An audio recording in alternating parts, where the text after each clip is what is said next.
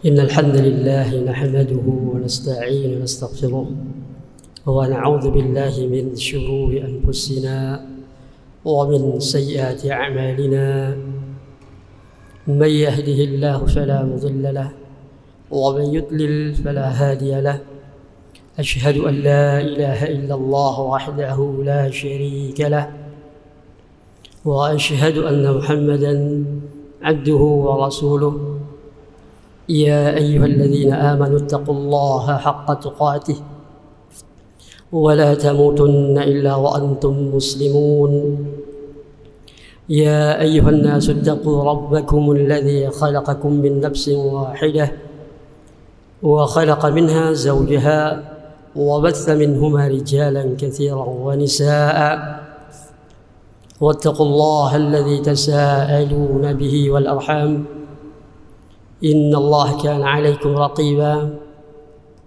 يا أيها الذين آمنوا اتقوا الله وقولوا قولا سديدا يصلح لكم أعمالكم ويغفر لكم ذنوبكم ومن يطع الله ورسوله فقد فاز فوزا عظيما أما بعد فإن أصدق الحديث كتاب الله وخير الهدي هدي محمد صلى الله عليه وسلم وشر الأمور محدثاتها وكل محدثة بدعة وكل بدعة ضلالة كل ضلالة في النار.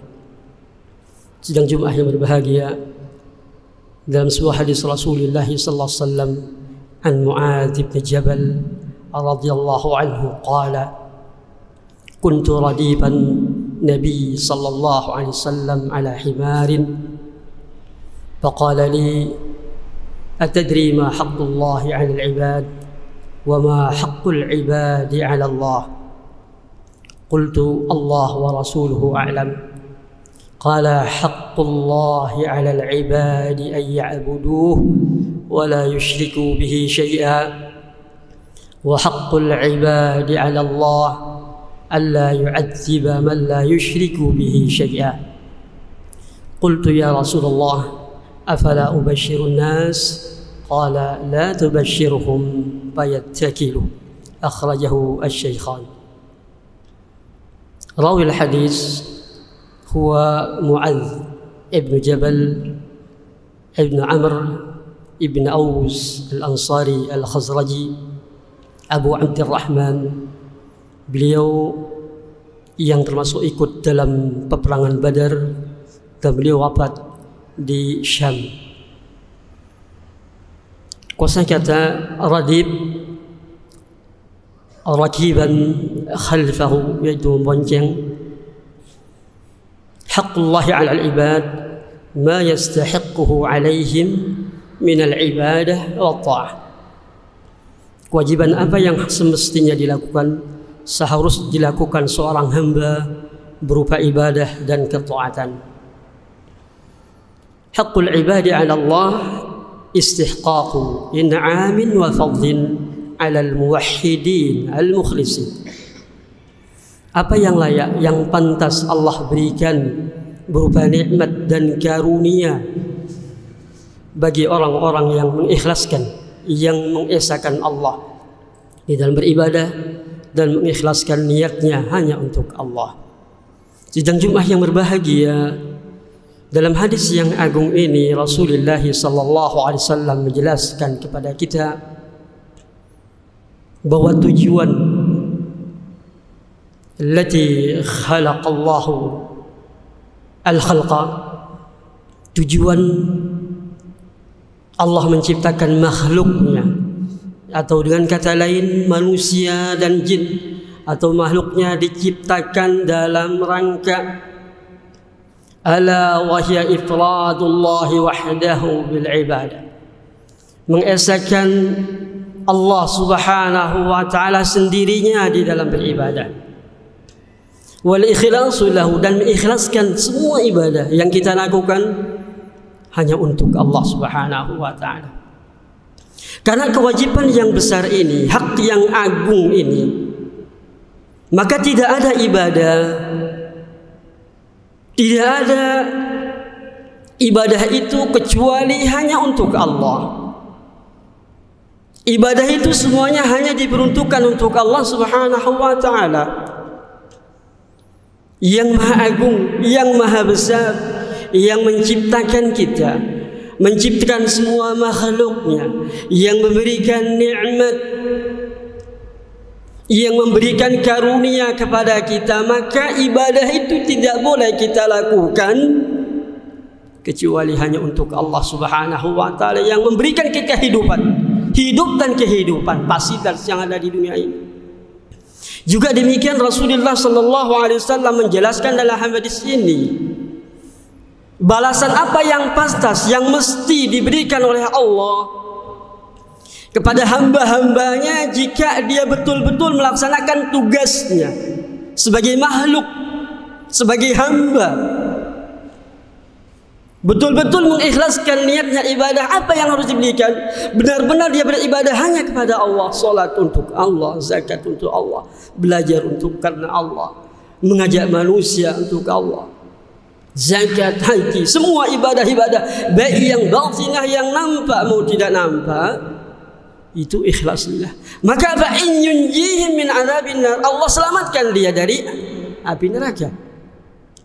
Kemudian wa yudkhilhum jannatin na'im, Allah masukkan dia, masukkan mereka dalam surga yang penuh kenikmatan. Wa hadza ma qultu sami'tum astaghfirullah li wa lakum wa lisal muslimin bi kulli dhanbin fastaghfiruhu innahu huwal ghafurur rahim. Alhamdulillah rabbil alamin wa bihi nasta'inu ala umurid dunya wad din. Asyhadu an la ilaha illallah wahdahu la syarika lah wa asyhadu anna Muhammadan abduhu wa rasuluhu, amma ba'd. Ibadallah, dalam hadis ini merupakan perkara yang mudah, perkara atau kabar gembira dari Rasulullah sallallahu alaihi wasallam kepada kaum mukminin, orang yang mengikhlaskan ibadahnya hanya kepada Allah Subhanahu wa taala. Karena itu yasta'dzinun Nabi, Muaz meminta izin, afala ubashirun nas, tidakkah aku beritahukan, sampaikan kepada manusia. Lakinna rasulaha naha an dzalik, Rasul melarang, tidak berikan Muaz untuk menyampaikan. Karena apa?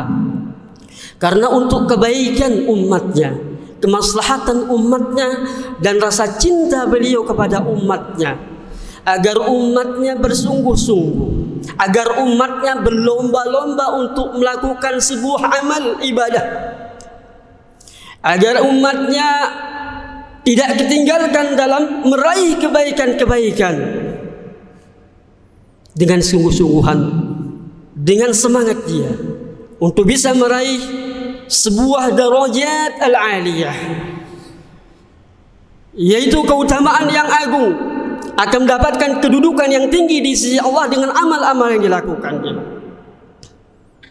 Maka karena itu jamaah kaum muslimin, hendaklah kita berlomba-lomba di dalam meraih kebaikan agar nanti di surga Allah, di hari akhirat, kita mendapatkan kedudukan tinggi di sisi Allah.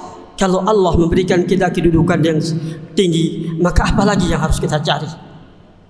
Jadi itulah merupakan kebahagiaan, kejayaan yang harus kita dapatkan di akhirat kelak.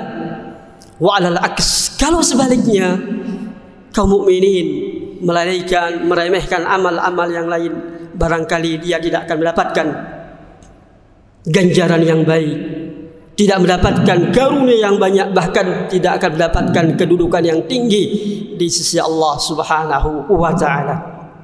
Mudah-mudahan khutbah yang singkat ini bermanfaat untuk saya dan jamaah muslimin. Allahumma salli ala Muhammad wa ala ali Muhammad kama sallaita ala Ibrahim wa ala ali Ibrahim innaka Hamidum Majid. Allahumma barik ala Muhammad wa ala ali Muhammad kama barakta ala Ibrahim wa ala ali Ibrahim innaka Hamidum Majid. Allahumma ighfir lil mu'minina wal mu'minat wal muslimina wal muslimat al ahya'i minhum wal amwat. Allahumma aslih ulata umurina wa waffiqhum lima tuhibbu wa tardahum ya Rahman ya Karim. ربنا هب لنا من أزواجنا وذرياتنا قرة أعين واجعلنا للمتقين إماما ربنا اغفر لنا ولإخواننا الذين سبقونا بالإيمان ولا تجعل في قلوبنا غلا للذين آمنوا ربنا إنك رؤوف رحيم والحمد لله رب العالمين.